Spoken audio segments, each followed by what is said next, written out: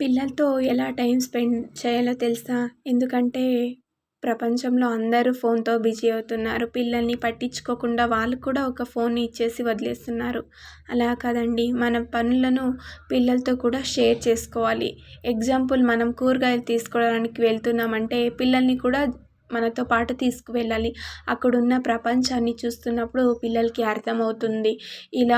ఇలా తీసుకోవాలా వెజిటబుల్స్‌ని ఇలా మనం పర్చేజ్ చేయాలా అని పిల్లలు తెలుసుకుంటారు. అంతే కాదండి, ఫోన్‌కి కూడా దూరంగా ఉంటారు. మనం చేస్తున్న ప్రతి పనిని పిల్లలకి నేర్పించాలి. ప్రతి ఒక్కరూ ఫోన్‌కే బానిసవుతున్నారు కానీ ప్రపంచంలో ఎలా జీవించాలన్నది తెలుసుకోకుండా మూర్ఖంగా ప్రవర్తిస్తున్నారు.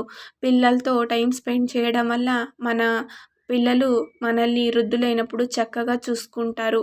అంతేకాదు రెస్పెక్ట్ కూడా ఇస్తారు. ఇలా దయచేసి మీరు కూడా ప్రయత్నించండి.